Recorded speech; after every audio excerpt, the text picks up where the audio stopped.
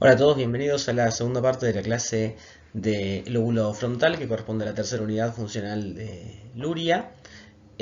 Como recordarán la vez pasada, nos quedamos en la conectividad de la corteza prefrontal y mencionamos que la corteza prefrontal recibe conexiones aferentes de todo el resto del encéfalo, incluyendo las cortezas de asociación posteriores, pero también el sistema límbico, el tálamo y el hipotálamo y el tallo encefálico, que transmiten información sensorialmente relevante sobre lo que está pasando en el medio externo en ese momento, en el medio interno del organismo, sobre el balance homeostático, sobre el estado motivacional, las necesidades biológicas.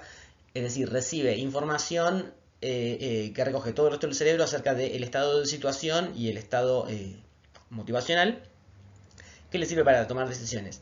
Y a la vez tiene conexiones eferentes con las mismas estructuras, es decir, conexiones que parten desde diferentes regiones de la corteza prefrontal y retroalimentan tanto a las cortezas sensoriales como a la amígdala, al sistema límbico, al tálamo, al hipotálamo, al tallo encefálico, y le permiten enviar instrucciones para regular el funcionamiento de estos sistemas y mandar las órdenes para que se ejecuten las decisiones que se hayan tomado. A la vez dijimos que es regulada por la formación reticular ascendente como el resto de las estructuras de la corteza y regula a la formación reticular ascendente a través de las vías descendentes de la formación reticular descendentes. Entonces, su patrón particular de conectividad córtico-cortical le permite comunicarse con las áreas sensoriales primarias y secundarias y el sistema límbico para recibir información sensorial e información emocional, información de la relevancia afectiva de los estímulos del ambiente, toda la información del medio interno del organismo, toda la información que necesita para hacer un diagnóstico de la situación y a través de las conexiones eferentes retroalimenta todos los sistemas encefálicos para adaptar la conducta a las demandas particulares de la situación. Es decir, que por la manera en que está conectada es ideal para funcionar como un nodo integrador en el proceso de toma de decisiones. A la vez podemos ver cierta especificidad en la manera en que la división lateral y orbital de la corteza prefrontal se conecta con el resto del cerebro, que es lo que ha señalado Joaquín Fuster en su modelo de la corteza prefrontal. Por un lado encontramos circuitos para el control del movimiento. Fíjense que estos circuitos reflejan aquellas funciones para las que originalmente esta parte del encéfalo del cerebro evoluciona, que es el control del movimiento y la regulación del comportamiento emocional. En el control de movimiento encontramos una jerarquía que coincide con la tercera unidad funcional de Luria, o sea, tenemos una corteza prefrontal lateral o dorsolateral, que es donde se cocinan las decisiones, una corteza premotora, que es la donde se programa la secuencia específica de movimientos que se van a realizar y que después se va a mandar la orden en la musculatura esquelética, y en la corteza primaria motora se ejecutan los movimientos. Noten que estas funciones funcionan en cascada, hay un flujo de información de lo que serían las áreas terciarias de Luria a las áreas secundarias, a las áreas primarias, pero este flujo es bidireccional. Estas tres cortezas se retroalimentan mutuamente en todo momento y a la vez la información circula por un bucle que pasa por los ganglios de la base, la división del estriado, donde está el caudado del putamen, y la división del globo pálido. Después esto pasa por el tálamo y vuelve a corteza. Y cada una de las divisiones, las áreas terciarias, secundarias y primarias, tienen su propia participación particular en este bucle de información. Y a la vez este gráfico muestra cómo las cortezas posteriores alimentan de información al proceso de toma de decisiones que después se envían a las áreas motoras secundarias y primarias para controlar el movimiento. Este bucle es muy importante porque lo vamos a ver en un par de diapositivas cómo funciona o qué utilidad tiene, pero esencialmente le permite a la corteza prefrontal comunicarse e interactuar con estructuras psicocorticales que también participan del proceso de toma de decisiones. Por otro lado, tenemos un bucle filogenéticamente más antiguo que participa del procesamiento de las emociones. Recoge la información emocional y participa de la regulación emocional. Fíjense que la corteza lateral prefrontal también es un nodo dentro de este sistema, pero el nodo principal es la división orbital medial de la corteza prefrontal, es decir, la parte orbital y la parte frontal medial o ventromedial de la corteza, que reciben conexiones directas de cortezas como la corteza olfativa o la corteza gustativa, lo que decíamos antes en la clase pasada, pero también tiene conexiones directas de la amígdala y del hipotálamo. Es decir, que recibe un input directo del sistema límbico. Y este sistema participa de la experiencia emocional, es decir, de la conciencia que tenemos de nuestras emociones. Es como la puerta de entrada de la información afectiva y emocional a la corteza prefrontal. Y a la vez participa en interacción con la corteza lateral prefrontal, del proceso de regulación del comportamiento emocional, de las respuestas emocionales, y es responsable, por ejemplo, de que determinados estímulos podamos controlarnos cuando vemos una amenaza en el ambiente o nos disparen un ataque de pánico, según cómo funcione de bien o de mal la capacidad regulatoria de este sistema. Las conexiones eferentes de este sistema le permiten disparar una respuesta autonómica cuando se trata de enfrentar una amenaza que requiere una movilización fuerte de los recursos energéticos, como un peligro de vida, una situación de vida o muerte de la que hay que escapar, o un atacante al que hay que enfrentar, o bien si la situación requiere calma para resolverla de una manera más fría, como estando en un examen, regular la respuesta emocional a la baja para poder controlarlo sin responder con la cabeza enfocada en los aspectos de la situación a los que sí les tenemos que prestar atención. Bien, entonces dijimos recién que tanto las divisiones lateral prefrontal como la orbitofrontal están conectadas con estructuras corticales y subcorticales, y estas estructuras subcorticales incluyen el tálamo y los ganglios de diferentes divisiones de los ganglios de la base. En general, toda la actividad del cerebro está organizada por bucles que pasan por el tálamo y por los ganglios de la base. Es un tipo de organización que reclutó estas estructuras subcorticales que antes dirigían la toma de decisiones para participarlas del proceso de las computacional de la toma de decisiones, y para que también se hagan cargo de los aspectos más automáticos o sencillos de la toma de decisiones.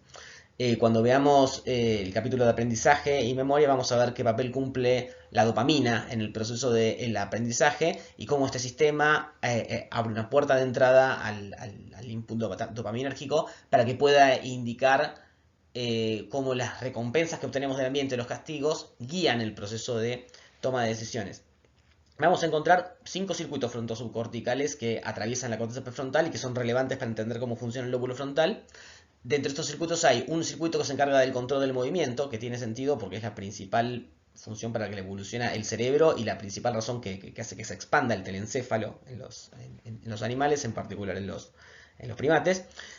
Vamos a tener un circuito específico de control del movimiento ocular. Fíjense la importancia que tiene la visión para nosotros, que tenemos toda una porción de la corteza prefrontal, que es el campo frontal ocular, dedicado al control y la planificación del movimiento de los ojos para poder seguir blancos determinados que se mueven en el espacio, pero también para planificar cómo vamos a ejecutar un movimiento desarrollado en el espacio, cómo vamos a arrojar un proyectil, todo este tipo de cosas. Para eso tenemos un circuito específico, que es el circuito oculomotor.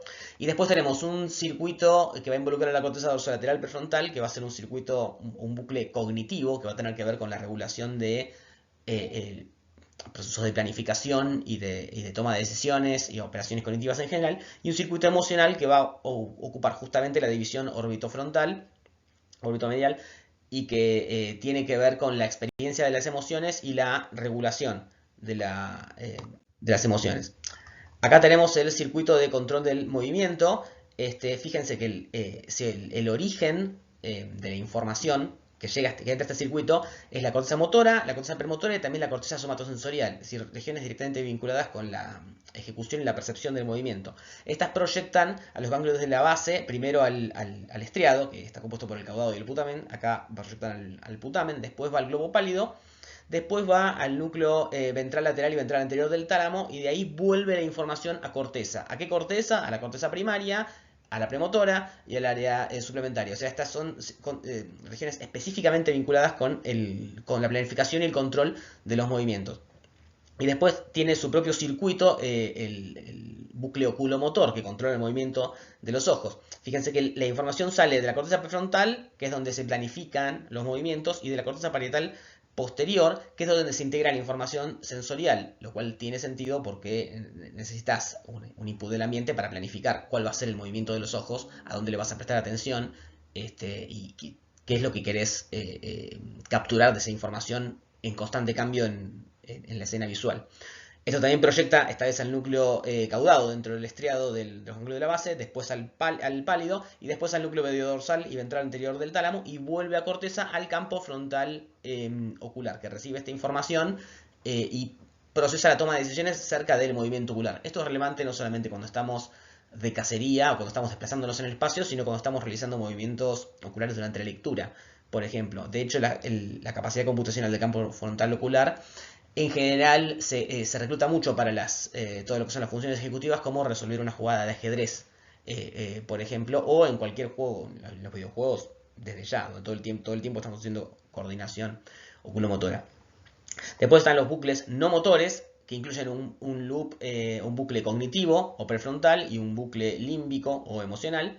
Fíjense que este bucle, el bucle prefrontal o cognitivo parte la información de la corteza prefrontal y vuelve a la corteza prefrontal. O sea, es todo un bucle diseñado para asistir a esta división del lóbulo frontal en el proceso de toma de decisiones. La información sale de la corteza dorsolateral prefrontal, va al núcleo caudado, va al pálido, va al tálamo y vuelve a la corteza prefrontal. Y después tenemos el bucle emocional que recoge información de la amígdala, del hipocampo, de la corteza cingulada anterior, de la corteza orbitofrontal, del lóbulo temporal, es decir, todas divisiones vinculadas con el sistema límbico y con la entrada de información emocional al lóbulo frontal. Va al estriado ventral, es decir, no al caudado ni al putamen, sino al núcleo accumbens. El núcleo accumbens está vinculado específicamente al procesamiento de las recompensas y los castigos. Después al pálido, después al núcleo medio dorsal del tálamo y vuelve a corteza a la división frontal, orbitofrontal de la corteza prefrontal y la corteza cingulada anterior. Entonces tenemos dos bucles específicos para el control motor, un bucle para la regulación de los procesos cognitivos y un bucle para la regulación de los procesos emocionales. Acá tenemos este gráfico bastante claro del redolar, que nos menciona los bucles, sus integrantes y sus funciones. Fíjense que el bucle motor participa de la secuenciación, la generación y la ejecución del movimiento, también la inhibición de las conductas motoras, del aprendizaje motor y de la formación de hábitos. Es muy importante que los bucles también participan tanto de la iniciación de los movimientos o los planes motores como de la detención de esos movimientos. O sea, son bucles que sirven para dar una señal de go o una señal de stop. Y esto lo vamos a ver en profundidad cuando veamos qué papel tiene el sistema dopaminérgico y el aprendizaje por consecuencias en todo esto. O sea, estos bucles te permiten darle curso a una determinada alternativa cuando estás eligiendo entre diferentes opciones e inhibir las otras, o cuando estás haciendo algo y tiene un resultado negativo, cortar con eso y pasar a otra cosa. Esto ocurre tanto a nivel del movimiento como a nivel de los procesos cognitivos y emocionales. O sea que la función que tiene este diálogo de la corteza frontal con los ganglios de la base es poder decidir cuándo inicias un proceso, ya sea cognitivo, emocional o motor, y cuándo lo detenés. Y en esto participan las estructuras subcorticales, también el mesencéfalo y en especial la liberación de dopamina, como vamos a ver más adelante. El bucle cognitivo participa de lo que se conoce como funciones ejecutivas, de lo cual vamos a hablar en un ratito, pero tiene que ver esencialmente con la planificación y la ejecución y el monitoreo, el control de la ejecución de la conducta y también el cambio de la conducta en función de los resultados que tiene y los objetivos que nosotros tenemos. Y el bucle emocional está vinculado a las respuestas emocionales, en particular el aprendizaje emocional, es decir, la respuesta a estímulos condicionados o incondicionados, o sea, recompensas naturales o estímulos aversivos naturales o cosas a las que aprendimos a tenerles miedo o que aprendimos a que nos gusten, y también en el componente motivacional de la conducta, es decir, en esencialmente tener ganas de hacer cosas, y por eso vamos a ver que una lesión a nivel de la corteza cingulada anterior nos va a producir mutismo cinético, es decir, incapacidad para generar conductas voluntarias. Acá no lo dice, pero este bucle también participa de la regulación del comportamiento emocional. Lesiones en diferentes partes del bucle van a producir diferentes lesiones en la conducta, ya sea dificultades para planificar o dificultades para sostener la atención, dificultades para cambiar de plan cuando las cosas salen mal. Eso va a tener que ver con lesiones a nivel del bucle cognitivo, mientras que lesiones a nivel del bucle emocional pueden hacer no solamente que tengamos dificultades en regular nuestras propias emociones, sino dificultades a la hora de desengancharnos de determinadas ideas que tienen un componente afectivo, como es el caso del desorden obsesivo compulsivo o TOC, en el cual determinadas ideas que se denominan obsesiones van acompañadas a una emoción de angustia o de miedo muy fuerte, y por una desregulación del bucle orbitofrontal o cingulado, los individuos con TOC son incapaces de desengancharse de ellas, es decir, de ponerle una señal de stop al proceso emocional una vez que fue iniciado.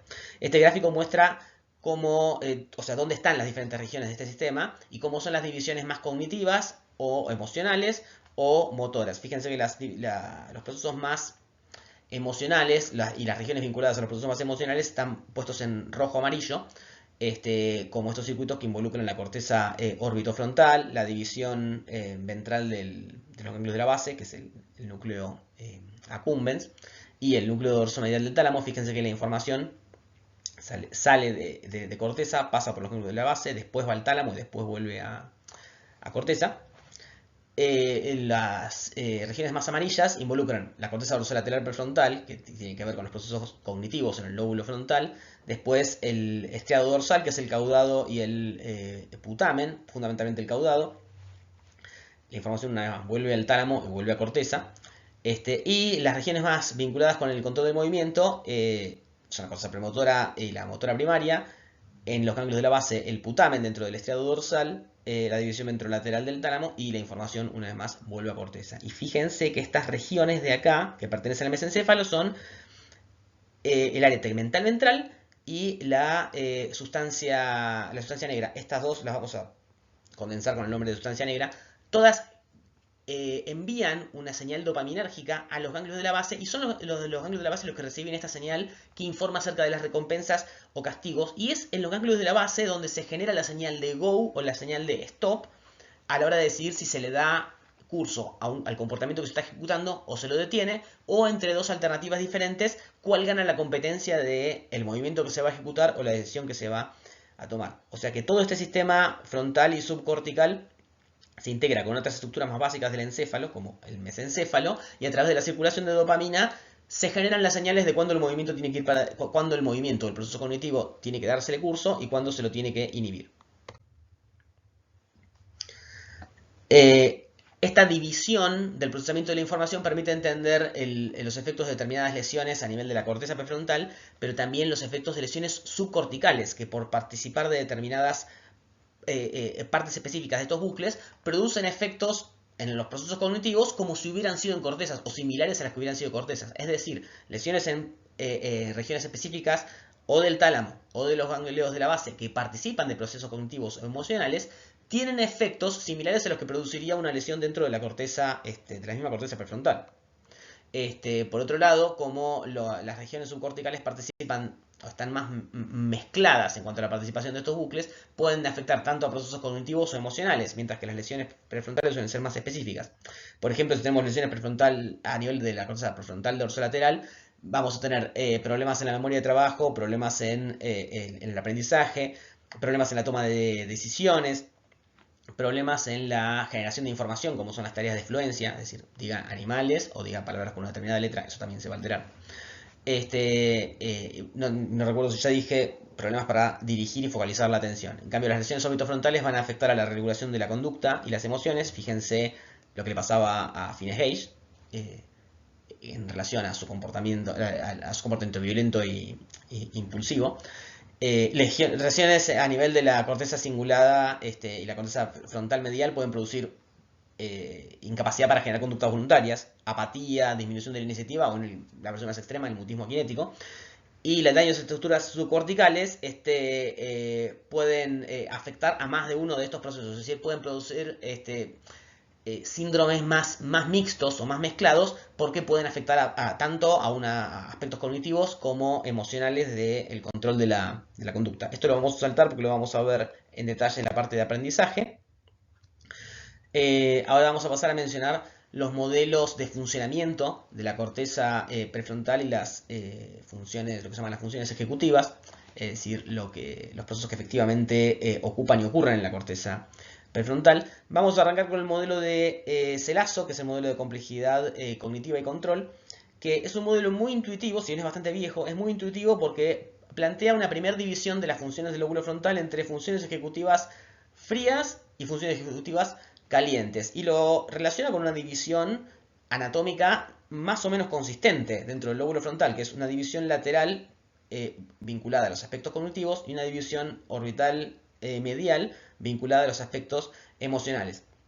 Entonces, las funciones ejecutivas calientes se vinculan con todo lo que tiene un aspecto, una dimensión emocional.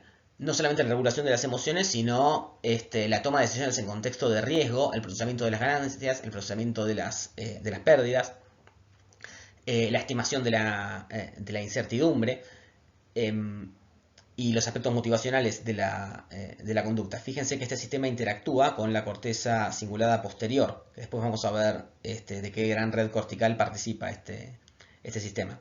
Y a la vez recibe input de la amígdala y el núcleo accumbens, que son estas regiones de acá, que envían información de origen emocional y están reguladas a la vez por el sistema dopaminérgico. Mientras que la división cognitiva se ocupa de la planificación, se ocupa de la toma de decisiones, de la planificación de la conducta en función de objetivos, de la evaluación de las consecuencias del comportamiento. Se encarga de redirigir el comportamiento cuando las cosas no funcionan o no salen como deberíamos. También se encarga de establecer prioridades entre los objetivos más inmediatos y más urgentes o las necesidades, los impulsos biológicos o los impulsos de gratificación más inmediata con los planes más importantes y más a largo plazo. Es decir, lo que te permite planificar a largo plazo en el tiempo y el espacio sería la división de las funciones ejecutivas frías, que están vinculadas a un sistema más dorsal, que involucra regiones justamente dorsales de la corteza prefrontal en comparación con el sistema ventral, que involucra la región orbitofrontal. Ambos sistemas no trabajan de manera independiente, todo lo contrario, están intercambiando información permanentemente, y el equilibrio entre los dos sistemas permitiría un balance entre las necesidades y los impulsos internos y las demandas del medio ambiente y que vienen a través de la información sensorial que recibimos y de los resultados de nuestras propias acciones. Entonces, un correcto balance entre ambos sistemas permitiría un control eficaz de la conducta y un comportamiento exitoso. Después está el modelo de los ejes de control cognitivo de Quechlin, que captura una propiedad que ya la habíamos mencionado antes de la organización del trabajo en la corteza prefrontal, que es que cuanto más lejos en el espacio y en el tiempo, cuanto más complejo o abstracto el proceso cognitivo, más anterior se vuelve la actividad. Entonces, cuando la actividad está controlada por factores muy inmediatos y presentes en la situación, como estímulos sensoriales del momento, va a haber actividad fundamentalmente premotora. Y después, cuando tenemos que o bien considerar más elementos presentes en el ambiente, o sea, tenemos que hacer una evaluación más compleja del ambiente, o bien tenemos que empezar a incorporar información del pasado reciente, o bien alternar entre varios planes en ejecución simultáneamente, la actividad se va haciendo más anterior. Entonces, para responder a un estímulo simple del ambiente, usamos la corteza premotora para planificar la respuesta. Para responder a un determinado contexto, es decir, a un conjunto de situaciones o estímulos del ambiente, tenemos una actividad más prefrontal. Cuando tenemos que considerar el pasado reciente en la toma de decisiones, la actividad se hace más anterior todavía. Y cuando tenemos que alternar entre varios planes en curso al mismo tiempo, la actividad se vuelve frontopolar, o sea, la división más anterior dentro de la corteza prefrontal.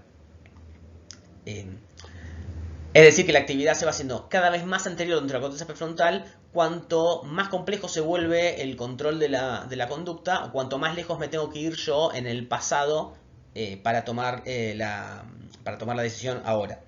Esto se ve bastante claro con este ejemplo que mencionan en el Redolar también, que es que estás en tu casa y suena el teléfono, automáticamente atendés. Para esto necesitas solamente la corteza premotora, es decir, es un estímulo que irrumpe, cortás lo que estás haciendo y le respondes a ese estímulo. Ahora, si en lugar de estar en tu casa estás en la casa de un amigo, suena el teléfono y no inmediatamente no tiras la mano y respondes.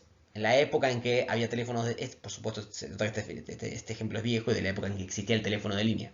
Pero suponete que estás en tu casa y le suena el celular a tu amigo, no lo vas a levantar y atender, a no ser que seas una persona muy indiscreta. Entonces, si es tu celular el que suena, automáticamente lo atendés, ni siquiera usás la corteza prefrontal. Si estás en la casa de tu amigo, vas a utilizar la información del contexto para controlar la conducta e inhibir el impulso de atender el celular. Si vas a tomar la decisión de no atender. Si por el contrario tu amigo te dijo antes, mira, si suena el teléfono, atendé, que yo estoy ocupado, vas a tener un control a nivel episódico, porque vas a tener que usar esa información del pasado reciente para dirigir la conducta de atender al teléfono cuando suena. O sea que, por un lado, tenés que considerar el contexto de que no estás en tu casa y que no es tu teléfono, pero por el otro, tenés que considerar el contexto de que te acaban de pedir que atiendas. Y si estás en tu casa leyendo o estudiando y suena el teléfono, entonces la capacidad de cortar con lo que estabas haciendo en ese momento, que implica un gasto cognitivo importante, por eso a mí me pelota muchísimo cuando me interrumpen.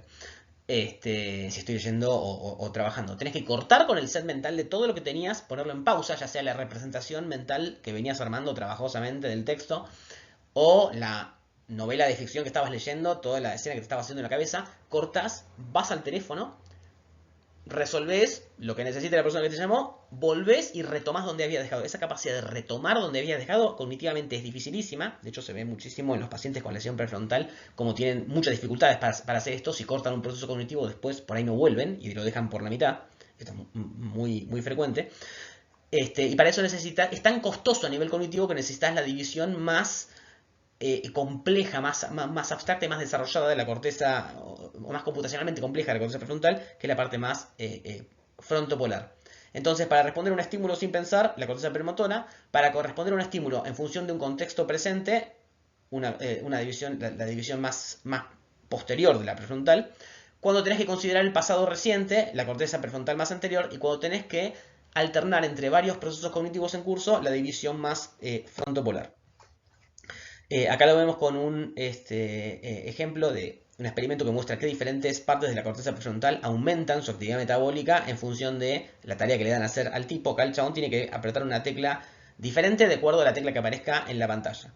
Entonces, si el tipo tiene muchas teclas, muchas instrucciones a las que responder, se activa la corteza premotora. Si tiene que apretar muchas teclas, se activa la corteza premotora, lo cual es lógico porque cuantas más teclas tiene que apretar, más actividad premotora vas a tener.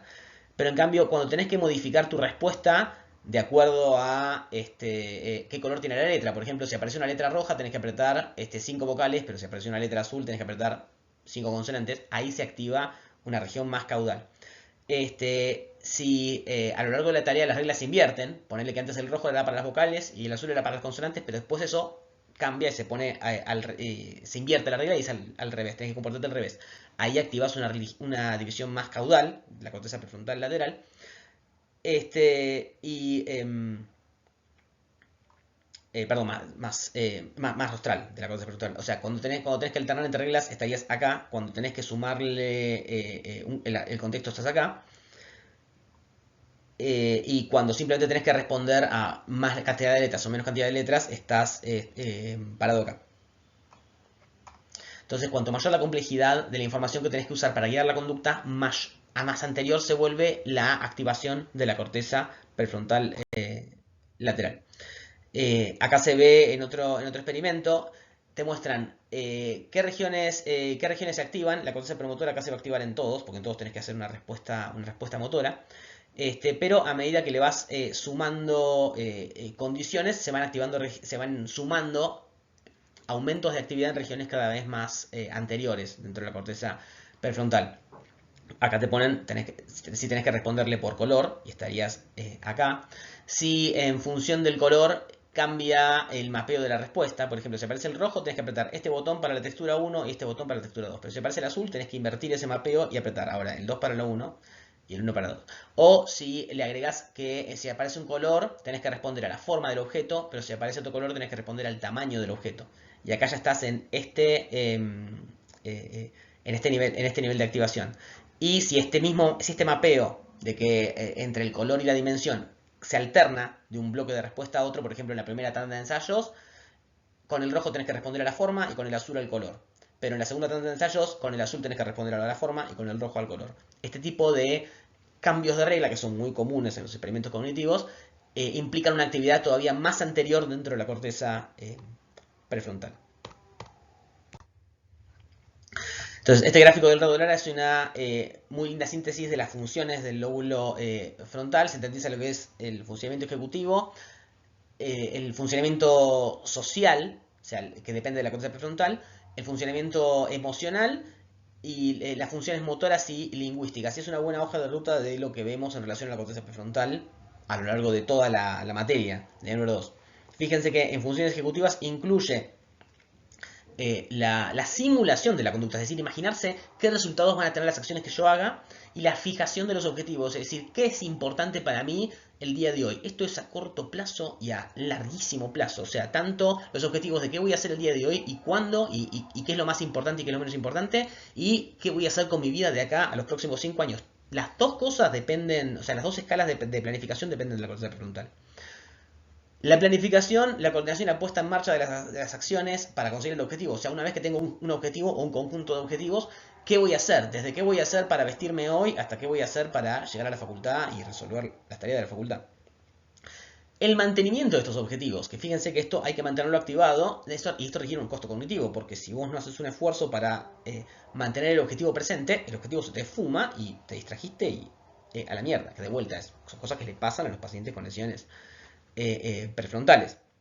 A la vez, no solamente mantener el objetivo presente y mantener la atención focalizada en los estímulos relevantes para el objetivo, sino a la vez inhibir todo el volumen de estímulos irrelevantes, que son cada vez más, que incluyen estímulos irrelevantes del ambiente, publicidad, conversaciones intrascendentes, cosas que podrías hacer pero que son absolutamente el pedo y que por eso, por más que te gustaría, no las puedes hacer cuando estás a la mitad de un plan. Pero también pensamientos al pedo que te parecen, ideas recurrentes que no son útiles, o cosas que te acordaste pero que no son relevantes para el momento y que entonces las tenés que inhibir. Es decir, tenés que regular, por un lado, el flujo de la atención en el ambiente, atender a lo que es importante y descartar lo que es accesorio, de acuerdo al plan que vos tengas en un determinado momento, que eso también lo fija la corteza prefrontal. Y al mismo tiempo, regular el flujo de pensamientos generado por el propio cerebro para focalizar la atención en aquellos importantes y relevantes y que aportan al objetivo, y segregar las corrientes de pensamiento que no tienen nada que ver. Y saber cuándo alternar entre una cosa y la otra, porque si de repente vos venís muy concentrado haciendo algo y aparece un peligro de vida, tenés que cortar lo que estás haciendo y responderle a ese peligro de vida, o te morís. Como la anécdota de Wittgenstein, que es este filósofo podríamos decir positivista, neopositivista, que en la mitad de la Segunda Guerra Mundial, el tipo, perdón, en la mitad de la Primera Guerra Mundial, el tipo había cortado todo lo que estaba haciendo y se había puesto a escribir, porque se le había ocurrido una idea, y para el chabón era más importante que no se le escapara esa idea que el poner en riesgo la propia vida. Zafó de pedo. Ese es el tipo de cosas que tu funcionamiento prefrontal te puede a veces llevar muy muy en contra de la propia autopreservación, dependiendo de cuáles sean tus órdenes de prioridades. Y el seguimiento de los resultados y la adaptación a los errores. Es decir, no solamente planificar una conducta y vigilar la ejecución de la conducta, es decir, vigilar que lo que estás haciendo sea lo que se suponía que ibas a hacer, sino también saber cuándo te va mal y cuándo actualizar la conducta. Y para eso es muy importante recibir la información emocional negativa, es decir, la frustración, saber valorarla y poder flexibilizar el comportamiento, por eso hay una función que se llama flexibilidad cognitiva, para cambiar de plan cuando el plan no funciona. Así como también evaluar el resultado y mantenerte en el plan cuando el plan cuando el plan no funciona de inmediato, pero vos sabés que le tenés que dar más tiempo. Ejemplo común, pero peligroso, las inversiones en bolsa, que a veces vos sabés que en el corto plazo hiciste una inversión y puede bajar, pero vos sabés que en el largo plazo es una inversión muy segura, entonces tenés que poder inhibir esa reacción emocional que sentís cuando te compraste una acción y esa acción empieza a bajar, y poder priorizar el plan y sostenerla, y en el largo plazo terminas ganando porque sabés que o tenés mucha confianza o buena información de que el comportamiento del mercado va a ir en esa dirección más adelante. Se nota que empecé a invertir este año y por eso ahora tengo ejemplos de la bolsa. Los ejemplos de la bolsa, igual y de las inversiones en general, encajan muy bien dentro de lo que es el comportamiento de toma de decisiones en contextos riesgosos, porque hay pocas cosas más riesgosas que el sistema financiero. Pero en general, todo lo que hacemos en nuestro proceso de toma de decisiones es, en función de un determinado objetivo que tenemos, evaluar cuál es nuestra posibilidad de éxito y cuál es nuestro riesgo de fracaso, y pesamos las alternativas diferentes que tenemos, como qué carrera vamos a elegir, o cuánto y cómo vamos a estudiar, o a qué le vamos a poner esfuerzo y a qué no. Y todo lo pensamos en función de nuestras posibilidades de éxito o fracaso. Tenemos también muchas emociones asociadas a este proceso de toma de decisiones. A veces las emociones se pueden capitalizar para guiar bien el proceso de toma de decisiones. Es decir, hay ciertas intuiciones que son correctas y hay que saber cuándo seguirlas. Y hay cierta información emocional como el miedo o la ira, que muchas veces funciona como ruido y que genera interferencia en el proceso de toma de decisiones y lo terminan torciendo, llevando para cualquier lado. Entonces, eso en relación al funcionamiento ejecutivo. En relación al funcionamiento social, de vuelta, recuerden lo que le pasó al paciente Phineas Gage, en la corteza prefrontal nos permite entender las intenciones y estados emocionales de otras personas. Esto se llama teoría de la mente, lo pueden haber escuchado, o también llamado cognición social. Te permite tener una noción de uno mismo, es decir, te permite tener conciencia de vos mismo como una entidad autónoma y autoconsciente, y autopercibirte, no como una máquina, sino como una entidad que tiene sus propias intenciones, sus propios pensamientos, sus propios objetivos, y que genera, que funciona de manera autónoma y toma sus propias decisiones, y te permite también adaptarte a las demandas de la vida en sociedad, seguir determinadas reglas morales, determinadas normas de comportamiento, protocolos sociales, anteponer las necesidades de los otros a las tuyas cuando es necesario, saber navegar el mapa de relaciones sociales para salir adelante. Bascular entre la tensión de privilegiar el grupo y privilegiar el beneficio personal o el beneficio de los tuyos. Todo ese tipo de cosas las hacemos con la corteza prefrontal. Y a nivel emocional te permite generar la motivación para poner en marcha todos los procesos cognitivos y todas las conductas en general. O sea, lo primero que tenés que hacer, lo primero que tenés que tener para poder hacer cualquier cosa es ganas. Además de una planificación, de una determinación de objetivos. Para poder ejecutar cualquier conducta tenés que tener energía para hacerlo, voluntad. Y esa voluntad depende de la corteza prefrontal. También te permite tener conciencia de tus propias emociones, o sea, no solamente experimentarlas en el cuerpo como reacciones fisiológicas, sino ser consciente, es decir, poder acceder voluntariamente a la experiencia emocional, y también regularlas cuando es preciso. Por ejemplo, suprimir el miedo cuando tenés que tomar una decisión con riesgo de vida, y no podés hacer lo primero que se te viene a la cabeza, como hay un incendio y tenés que salir corriendo para un lado, tenés que buscar cuál es la mejor ruta para salir, aunque no sea la ruta más inmediata o la primera que se te viene a la cabeza. O cuando te enfrentás con un animal salvaje en el medio de la naturaleza, tenés que hacer la conducta más adecuada para que el animal no te ataque y para maximizar tus posibilidades de escapar. O evaluar si lo que más te conviene es enfrentarlo porque no le podrías ganar en una carrera. Todo eso necesitas la corteza prefrontal para poder tomar adecuadamente esa decisión. Y regular adecuadamente tu comportamiento emocional en ese momento para guiar el proceso de toma de decisiones. A nivel motor, bueno, la realización de todos los movimientos y la planificación de todos los movimientos, también el aprendizaje de todos los movimientos. La corteza prefrontal también participa de la formación de hábitos, de esas cosas que hacemos sin pensar, como lavarnos los dientes o preparar el desayuno o manejar, y lo hace en estrecha colaboración con los ganglios de la base. Y las funciones lingüísticas, de esto vamos a hablar mucho en la clase de comunicación y lenguaje, pero la corteza prefrontal nos permite, combinada con las cortezas posteriores, la función lo que se llama generativa del lenguaje. Por un lado, poder generar una cantidad infinita de oraciones con un conjunto limitado de elementos, como es el lenguaje y nuestra memoria, y al mismo tiempo también nos permite combinar todo el input lingüístico que recibimos, conectarlo con nuestra memoria de largo término y entender qué es lo que estamos escuchando o leyendo. Entonces, por un lado nos permite generar ideas nuevas y vehiculizarlas a través del lenguaje, y por el otro nos permite interpretar, integrar, juntar toda esa información que nos viene a través del discurso, que ingresa haciendo ruido, segmentarla, reconocerla, combinarla, integrarla y de esa manera comprenderla. O sea que tiene una función combinatoria tanto para la producción como para la comprensión del lenguaje. Bien, tenemos entonces listadas las funciones del lóbulo frontal. Vamos a hablar de las funciones ejecutivas, vamos a hablar del proceso de toma de decisiones, vamos a hablar de la regulación emocional, y vamos a hablar de las funciones sociales en la clase de emociones, fundamentalmente.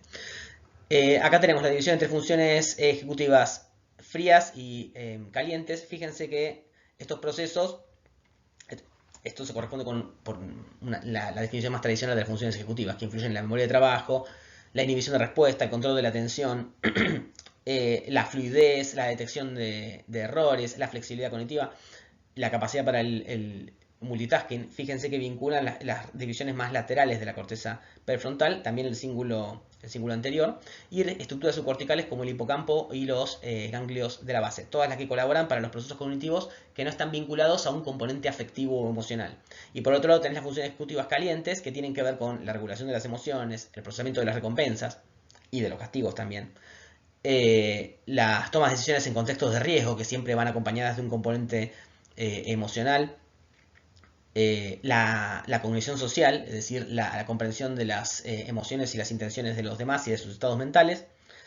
Y también el pensamiento autorreferencial, es decir, la conciencia de uno mismo, la experimentación de los sentimientos, la memoria, la imaginación, la fantasía, etc. Estas involucran las divisiones más mediales, incluyendo la corteza prefrontal medial, ventromedial, la orbitofrontal y estructuras subcorticales como el sistema límbico, lo cual tiene bastante sentido. Uno involucra circuitos vinculados a la planificación, el control del movimiento, el uso de la información del pasado reciente, y la otra está vinculada a sistemas que generan las respuestas efectivas o le dan un significado afectivo emocional a los estímulos del ambiente. Lo que sigue es el modelo de Diamond de las funciones ejecutivas. Es un modelo que puede parecer amenazador a primera vista, pero lo que tiene de bueno es que, primero, que conseguí la diapositiva en castellano, y que incluye las principales divisiones de las funciones ejecutivas, lo que serían las funciones ejecutivas frías. O sea, este es otro modelo, viene a ocuparse de la parte fría de las funciones ejecutivas. Esto es memoria de trabajo, flexibilidad cognitiva y control inhibitorio, que son tres componentes de la función ejecutiva que los van a encontrar en todos los modelos, o en la mayoría de los modelos que vean, como el de Miyake. Las relaciona entre sí y las relaciona, esto que serían los procesos ejecutivos más básicos, los relaciona con procesos ejecutivos más complejos o de alto orden, como el razonamiento, la resolución de problemas, esto es problemas de lógica, por ejemplo, problemas de matemática, o la planificación, o el razonamiento por analogías también. O la planificación. Para que se den una idea, esto es lo que evaluarían con pruebas como el WISE o el WISC, las pruebas de inteligencia, el factor G de inteligencia, pruebas como el Raven, por ejemplo, y que viene a ser como la integración de los procesos ejecutivos, y después podés tener pruebas neuropsicológicas más sencillas que evalúan individualmente procesos como la memoria de trabajo, el control inhibitorio o la flexibilidad cognitiva por separado. Y este gráfico te explica qué es cada uno y al mismo tiempo cómo están relacionados y cómo las funciones de bajo nivel permiten o sostienen las funciones de alto nivel. Uno podría decirse que de la combinación de estos procesos ejecutivos más básicos, uno tiene el resultado que es el control cognitivo o ejecutivo más complejo, como la planificación, el razonamiento, la toma de decisiones o la resolución de problemas. Fíjense que en los tres procesos básicos identificados están la memoria de trabajo, que es como la memoria RAM de la computadora. Es un espacio de trabajo que te permite mantener activa información sensorial o abstracta, o recuerdos, o de la memoria a largo plazo, lo que sea, y manipularla. Es lo que usamos, lo más básico, cuando escuchamos un número de teléfono y lo podemos anotar y lo tenemos que repetir, o cuando tenemos que hacer cálculos mentales. Como una multiplicación en la cabeza. Y entonces tenés que imaginarte la multiplicación, ir moviendo los números y mantener esa información activa y al mismo tiempo manipularla. Y puede ser información de tipo verbal, como un número de teléfono, información de tipo visual, como imaginarte una secuencia de movimientos en el ajedrez, por ejemplo. Por eso tiene una división verbal y visoespacial. El modelo más clásico de la memoria de trabajo es el modelo de Baddeley, que posiblemente lo vean en neuropsicología. Entonces, este es el espacio de trabajo que te permite, te da como un límite de capacidad de la información que vos podés manipular en un momento dado y con la que vos podés trabajar. Y funciona no muy diferente de lo que funciona la memoria RAM en la computadora. Si se satura, no podés ir más allá, no podés tomar decisiones, o se vuelve todo el trabajo mucho más complejo. Y cuando la memoria de trabajo está bien organizada, defiende fragmentada, los procesos cognitivos fluyen de manera mucho más fácil. La memoria de trabajo tiene una capacidad limitada, así como la de la computadora tiene 2 GB, 8 GB, 16 GB.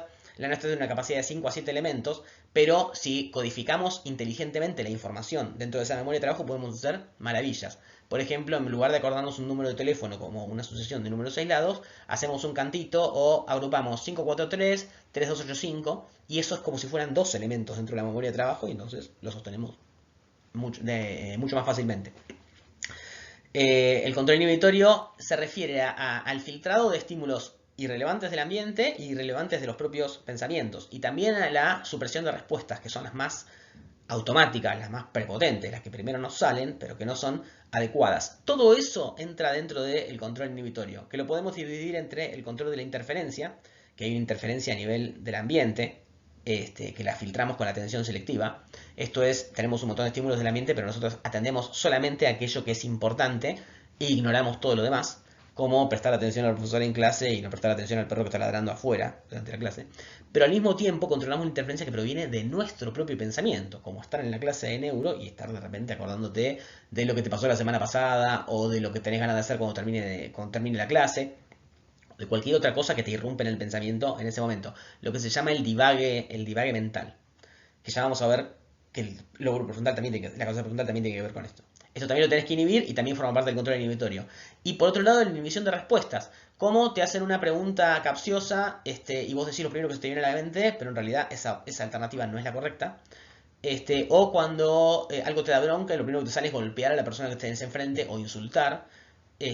O cuando en general querés, ante un determinado estímulo, tenés una respuesta que tenés muy estudiada, es muy automática y la tenés que suprimir. Como te dicen, no pienses en el elefante rosa si lo primero que se te viene a la cabeza es un elefante rosa. La capacidad de inhibir al elefante rosa también es...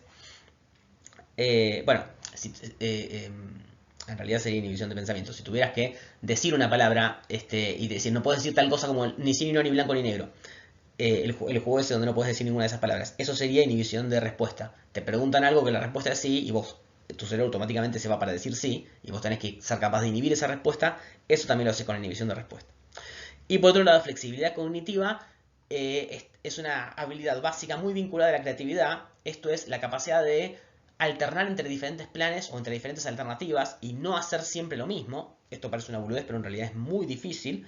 Uno de los principales síntomas de las lesiones prefrontales es la rigidez, es decir, que los pacientes siguen intentando lo mismo o siguen empecinados en la misma conducta o el mismo plan o el mismo pensamiento, a pesar de que la evidencia indica que no es por ahí, que eso no les genere recompensa, o a pesar de que les genere castigos. Los tipos son incapaces de desengancharse de una determinada forma de hacer las cosas. Entonces la flexibilidad cognitiva te permite explorar diferentes alternativas, no quedarte pegado a ninguna, y también te permite alterar entre diferentes focos atencionales, casi sin darte cuenta, o sea, hacerlo de una manera muy automática. Por ejemplo, cuando leemos, permanentemente estamos cambiando la estrategia de lectura. Si lo que leemos, de repente leímos una oración difícil, cambia el foco de atención.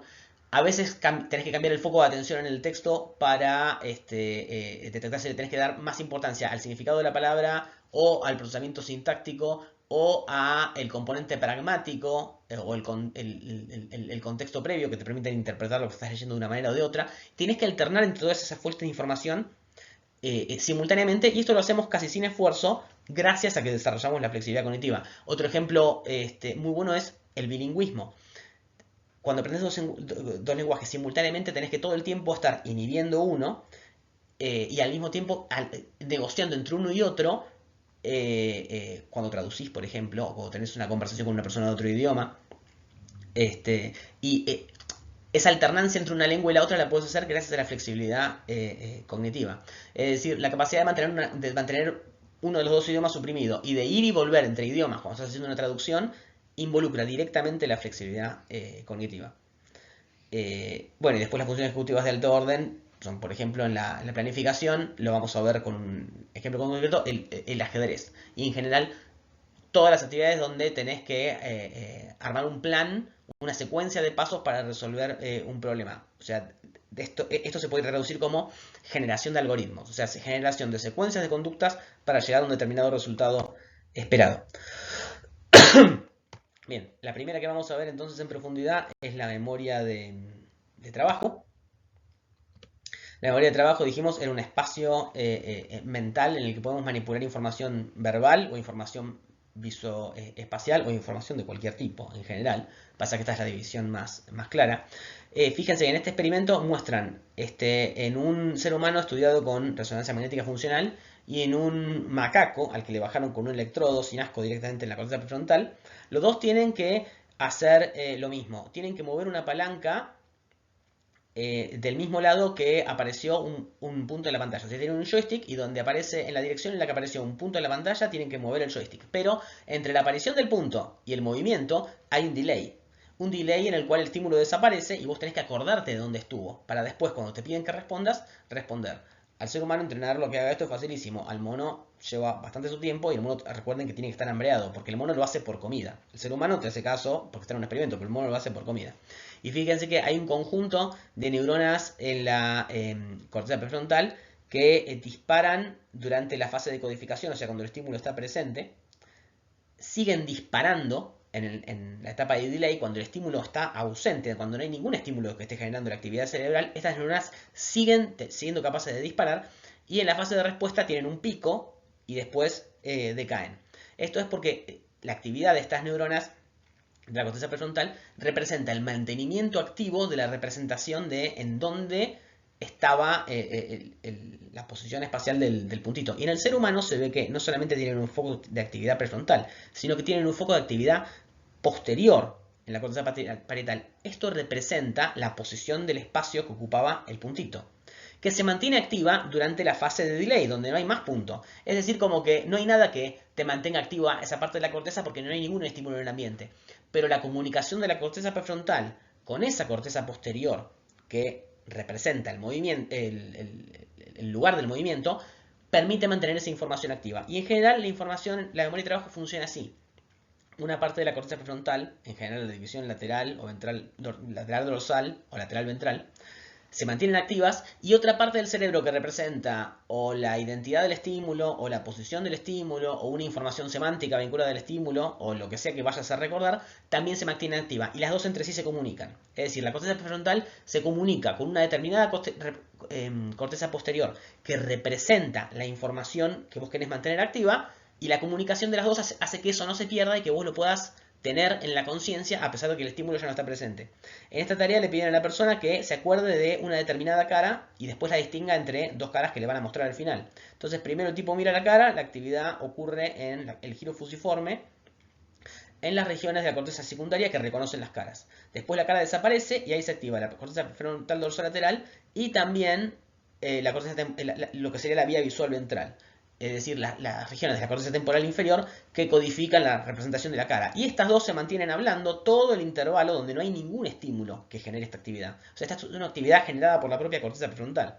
Y el sostenimiento de esta corteza permite que cuando aparece la otra cara y el tipo tiene que decidir cuál era la cara que viste antes, todas estas cortezas se comunican entre sí, se toma la decisión. En el momento de tomar la decisión solamente se activa el área premotora. Y ahí el chabón elige en función de la representación que mantuvo activa en la memoria de trabajo todo este tiempo. Este ejemplo es muy simpático porque te permite ver cómo esto se da en el curso de una conversación.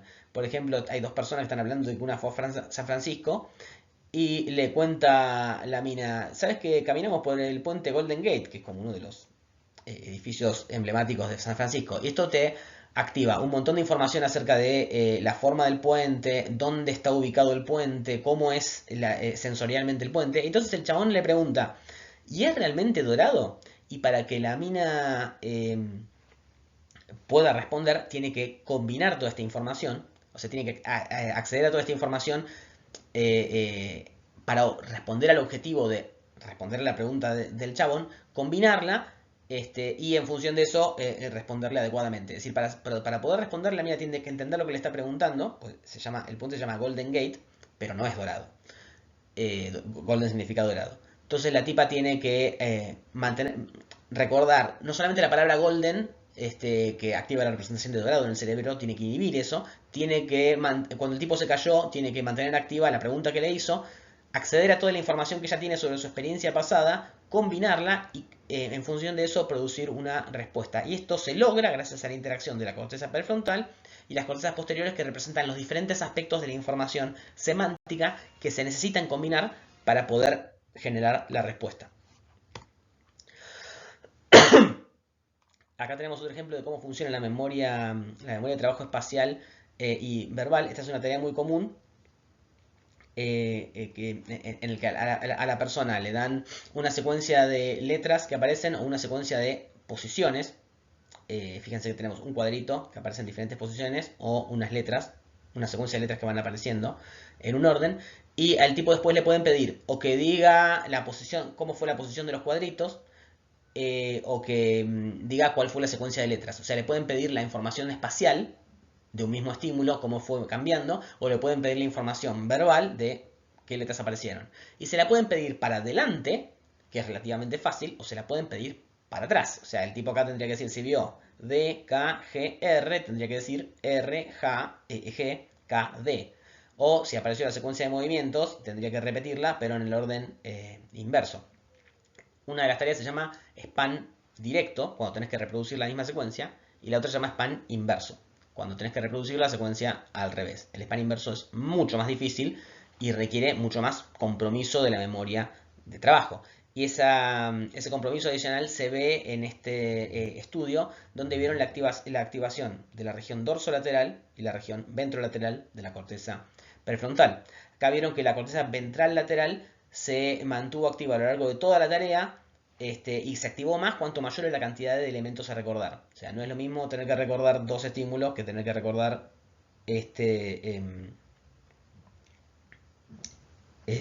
no, perdón, esto no era la cantidad de estímulos. Este es el eje del tiempo y las liñitas de colores indican si se trató de información espacial hacia adelante, espacial hacia atrás, o verbal hacia adelante, el azul, verbal hacia atrás, el violeta.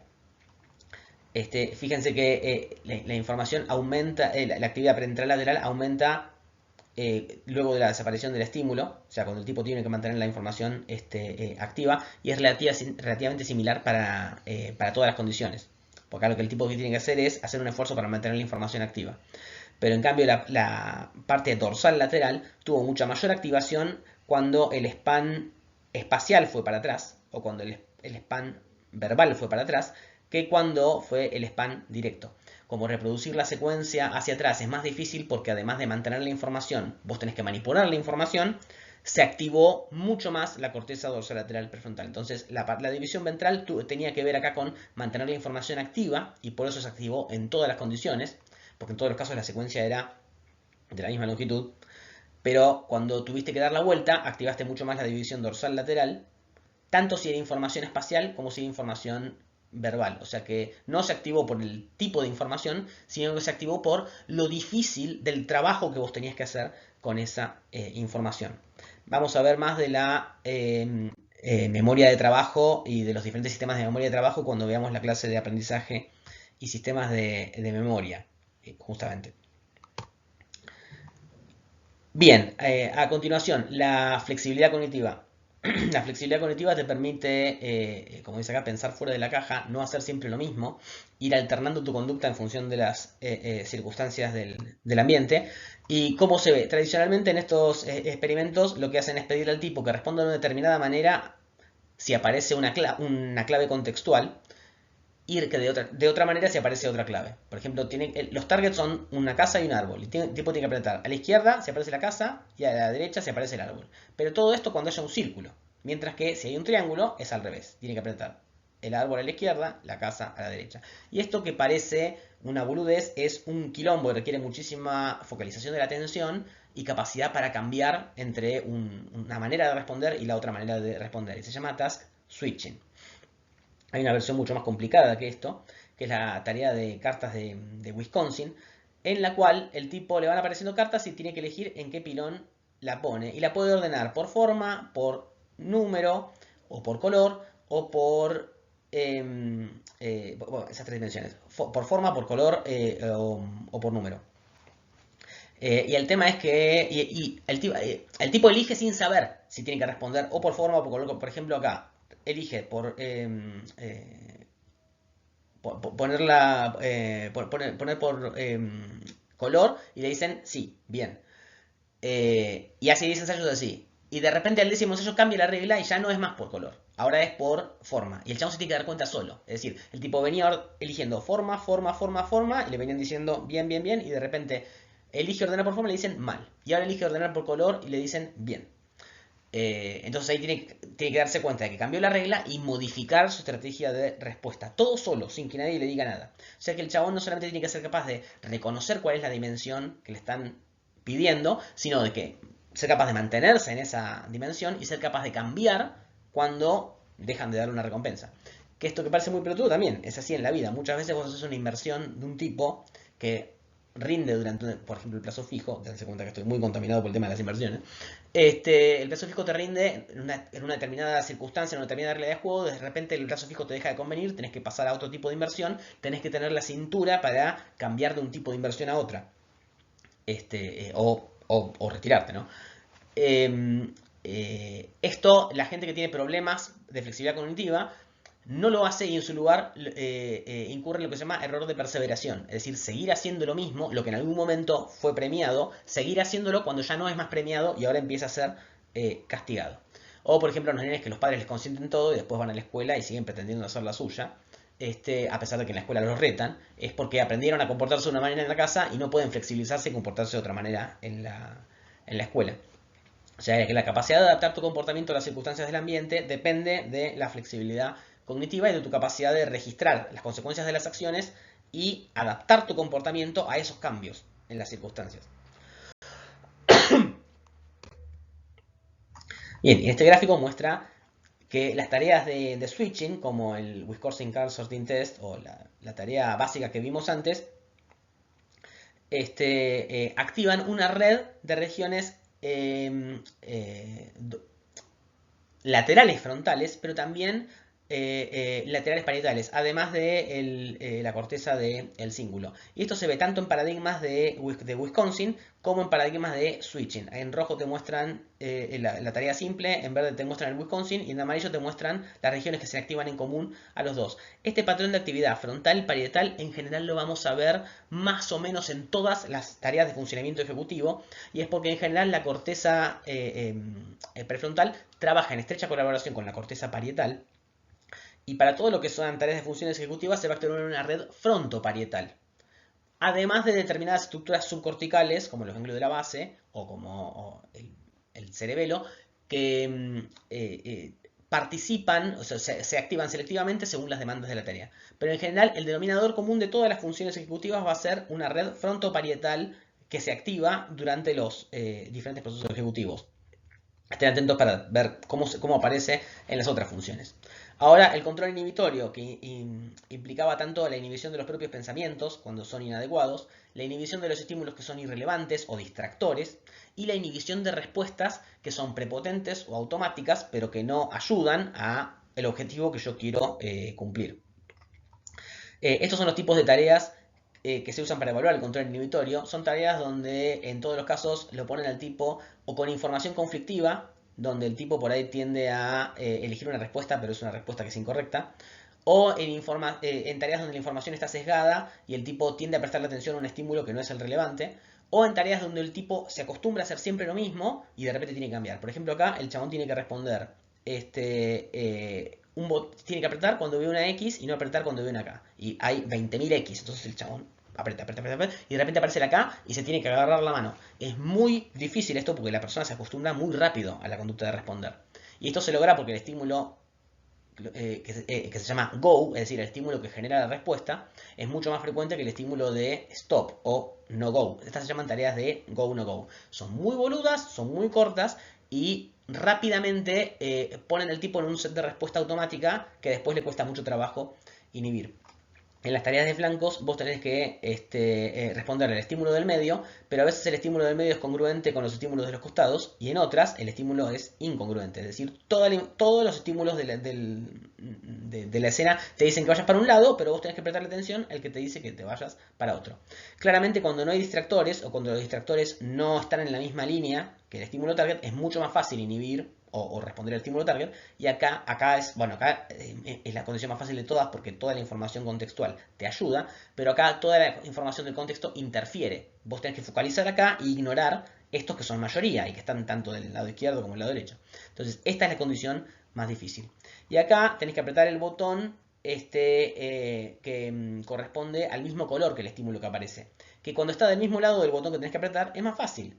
Pero cuando está del otro lado del botón que tenés que apretar, es más difícil porque vos siempre vas a tender a apretar el botón del lado que el estímulo aparece. Entonces, esa conducta de apretar el botón del mismo lado que apareció el estímulo la tenés que inhibir para poder atender a la dimensión relevante, que en este caso es el color, y responder. Y en todos los casos, estas tareas van a activar un conjunto de regiones que convergen o incluyen la corteza prefrontal medial y la corteza anterior del cíngulo. Esas son las regiones vinculadas a la inhibición de la respuesta o la inhibición de la atención. En sujetos cocainómanos, como el ya fallecido Diego, que tienen un conjunto de lesiones en la corteza cerebral, en particular en la corteza prefrontal, como consecuencia del consumo de drogas. Hablamos bastante de esto en la clase de neurotransmisores en Neuro 1. Estos sujetos, entre los diferentes déficits cognitivos que manifiestan como consecuencia del daño que sufren a nivel prefrontal, está el déficit en el control inhibitorio, que es lo primero que se ve comprometido en la conducta adictiva, porque la conducta adictiva erosiona justamente el control inhibitorio, va haciéndote perder tu capacidad de control inhibitorio, no solamente para el consumo de la sustancia, sino en general. Y esto se ve en una tarea de go no go, que no tiene nada que ver con el consumo de sustancias, donde sujetos cocainómanos presentan menor actividad prefrontal medial cuando tienen que inhibir, es decir, en los ensayos de no go, donde aparece el estímulo en donde el chabón tiene que parar de responder. Y a la vez tienen actividad compensatoria en otras regiones como el cerebelo. Y tanto si el tipo tiene éxito como si el tipo no tiene éxito en la inhibición, en general puede reclutar menos la corteza prefrontal medial porque es la que ha sido erosionada por el consumo de drogas. Y cuando el tipo tiene sobrecargada la memoria de trabajo, porque tiene que hacer varias cosas al mismo tiempo, tiene que responderle a varios estímulos, este efecto es mucho mayor. Otra cosa que te sobrecarga la memoria de trabajo es cuando vos tenés un impulso emocional muy fuerte para responder al que tenés que inhibir, como el craving. Por ejemplo, si vos le pusieras de distractor estímulos relacionados con el consumo de drogas, el chabón tendría mucha menos capacidad para inhibir la conducta, a pesar de que la conducta no tiene nada que ver con el consumo.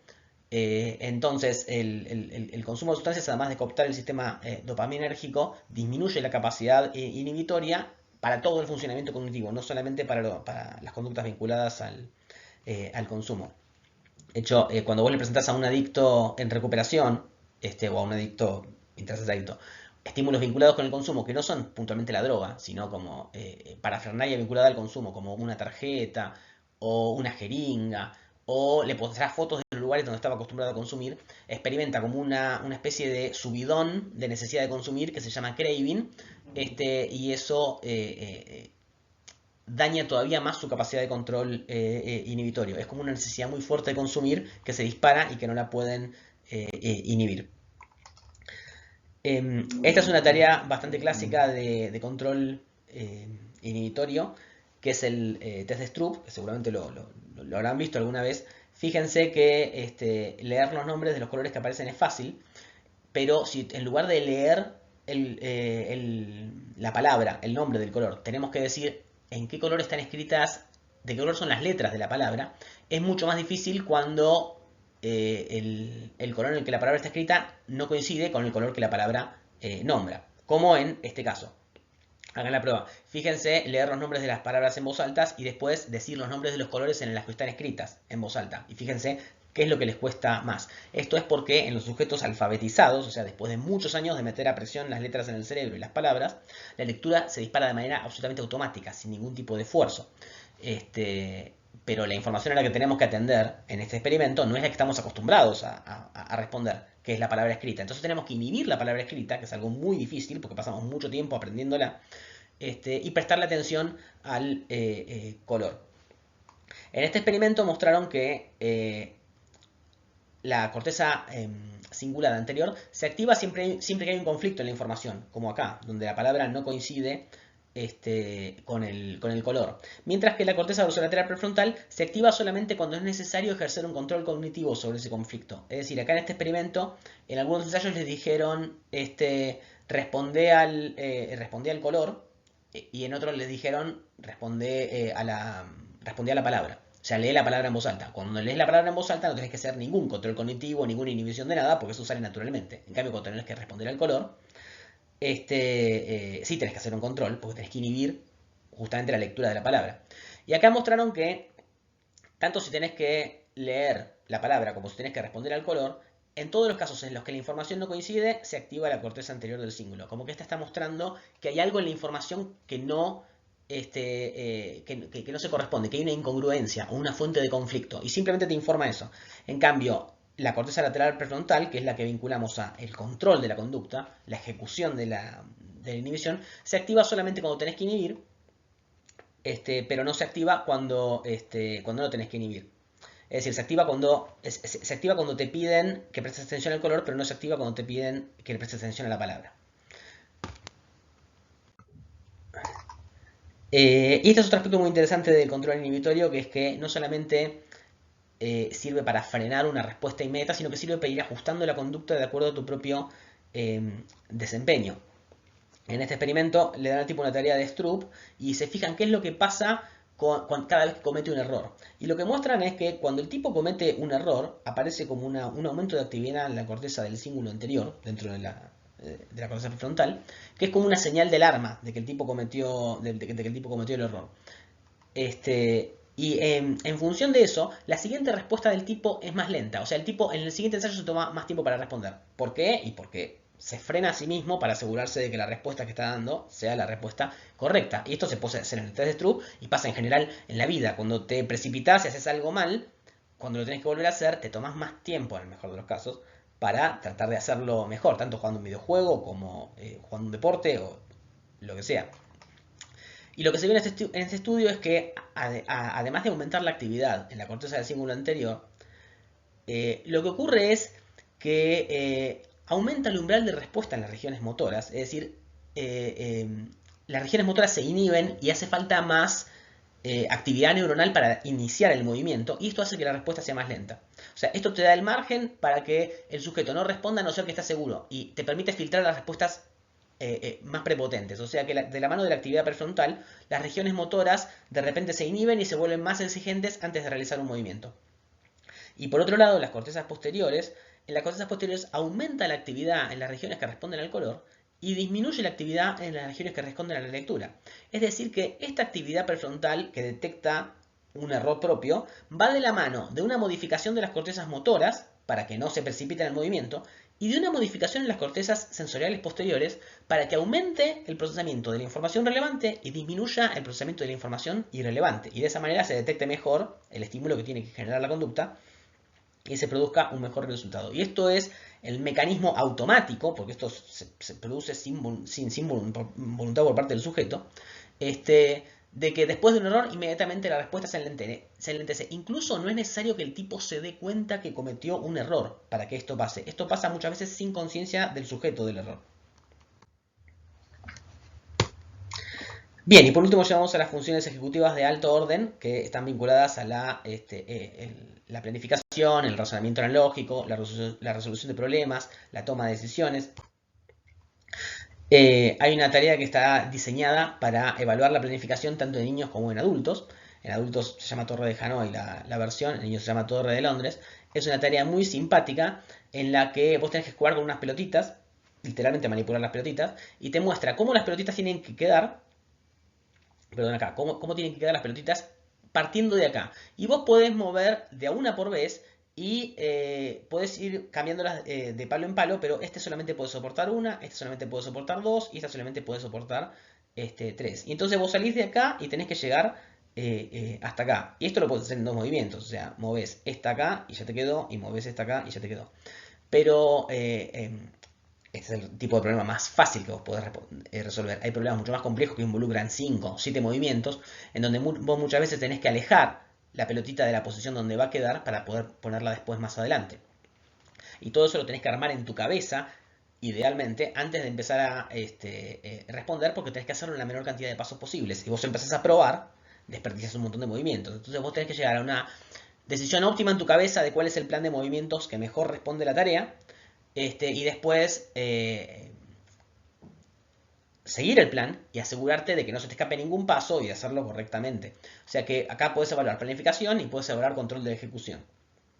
O sea, estos son todas las funciones ejecutivas movilizadas.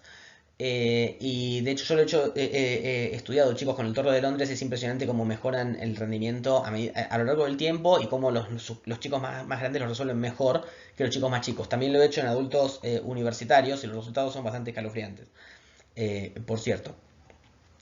Entonces, ¿cómo resolves esto? Fíjense en este estudio cómo la actividad prefrontal y parietal va cambiando de los ensayos más fáciles a los moderados a los más difíciles. Claramente, los problemas más difíciles fueron los que requirieron mayor activación de una red frontal y parietal para poder responder. Acá podríamos decir que la actividad parietal tiene que ver con el aspecto espacial de la tarea, pero esta actividad la vamos a ver en general siempre, o sea que no es específica solamente de las tareas que tienen un componente espacial. Pero además, no solamente aumentó la actividad en cada una de estas regiones por separado, sino que aumentó la conectividad funcional entre la corteza frontal y la parietal de los problemas más fáciles a los más difíciles. O sea que la red frontoparietal no solamente aumenta de actividad para los problemas que requieren más planificación, sino que también aumenta el diálogo de la región frontal y la región parietal entre sí en los problemas. Este es otro problema clásico de planificación, que son los problemas de ajedrez. Acá le presentaron a jugadores novatos y a jugadores expertos, maestros o grandes maestros, chinos. Problemas del tipo, bueno, vos movés con las blancas y tenés que hacer un mate en 3 jugadas. El rey está acá, estas son las negras, estas son tus piezas. ¿Cómo lográs un mate en 3 jugadas moviendo las blancas? Y los tipos se lo tienen que imaginar. Miden la actividad del cerebro mientras se lo están imaginando y después lo tienen que ejecutar. Y lo que vieron es que tanto en los grandes maestros como en los novatos se activa una red que incluye las regiones dorsolaterales prefrontales y regiones parietales posteriores. También una región muy específica que es el campo frontal ocular, esa región que controla el movimiento de los ojos. Esto no es solamente porque los tipos tuvieran que mover los ojos por el tablero, sino porque la capacidad computacional de esta región, que es alta, vendría a ser como una especie de placa gráfica que tenemos en la corteza prefrontal, en lugar de reclutarla para minar criptomoneda, la reclutamos para resolver este tipo de problemas de planificación de los movimientos de las jugadas del ajedrez. La red frontoparietal que se activa en este caso es igual. Hay otra red que cambia entre los jugadores expertos y los jugadores novatos, que la vamos a ver más adelante. Pero en todos los casos, cuando tienen que planificar, se activa de vuelta esta red frontal y parietal que permite primero simular en la cabeza todos los movimientos y las diferentes alternativas posibles de movimiento y elegir cuál de los planes es el que mejor funciona. A modo de síntesis, presentamos este metaanálisis en el cual se juntaron 193 estudios de neuroimagen de casi 3.000 sujetos adultos sanos de funciones ejecutivas, que se evaluó flexibilidad con el Wisconsin, planificación con el Toro de Londres, memoria de trabajo con las tareas de SPAN, donde los tipos tienen que reproducir secuencias de estímulos, tareas de inhibición con tareas como el Stroop o el Go No Go. Y en todos los casos se comparó la condición ejecutiva con una condición de control. Y lo que se vio es cuáles son las regiones que se activaban en todos los casos. O sea, quisieron ver a dónde convergía la actividad cerebral cuando los tipos tenían que resolver estas tareas de control ejecutivo. Y lo que encontraron en todos los casos fue, una vez más, la activación consistente de una red frontal parietal, pero que también incluyó a otras regiones como la corteza del cíngulo anterior, los ganglios de la base, el tálamo y el cerebelo. O sea que las funciones ejecutivas no dependen específicamente del lóbulo frontal, sino de una red frontal parietal de base y de un montón de regiones que se reclutan, incluyendo los ganglios de la base, incluyendo el cerebelo, incluyendo el tálamo, que funcionan como una especie de lóbulo frontal extendido y que asisten a los procesos ejecutivos, ya sea si se trata de flexibilidad cognitiva, como si es memoria de trabajo, o control inhibitorio, o tareas más complejas de planificación. En todos los casos, el procesamiento ejecutivo se monta sobre una red frontoparietal que se asiste o que dialoga con regiones subcorticales, otras regiones subcorticales, como el tálamo y los ganglios de la base, o otras estructuras del encéfalo como el cerebelo, que es muy frecuentemente reclutada en todas las condiciones donde hay una demanda cognitiva adicional. Entonces, ninguna función ejecutiva está alojada en ninguna división específica de la corteza prefrontal, sino que en general siempre que tengamos procesos ejecutivos vamos a ver esta activación en red a gran escala que involucra la corteza prefrontal dorsolateral y la corteza parietal posterior, pero también estructuras subcorticales. A continuación vamos a hablar de regulación emocional. Vamos a dejar acá por ahora. Vamos a ver si agrego una versión grabada para que también tengan el apunte de los circuitos de regulación emocional, pero hasta acá vamos a llegar por hoy. Les agradezco que me hayan acompañado. Recuerden, si tienen alguna pregunta me la pueden hacer la clase que viene, y si alguna parte no se entendió, paren el video y pongan el replay, que es el poder que tienen con el video y que no lo tienen en la clase. Eso ha sido todo por hoy. Muchas gracias y nos vemos la semana que viene.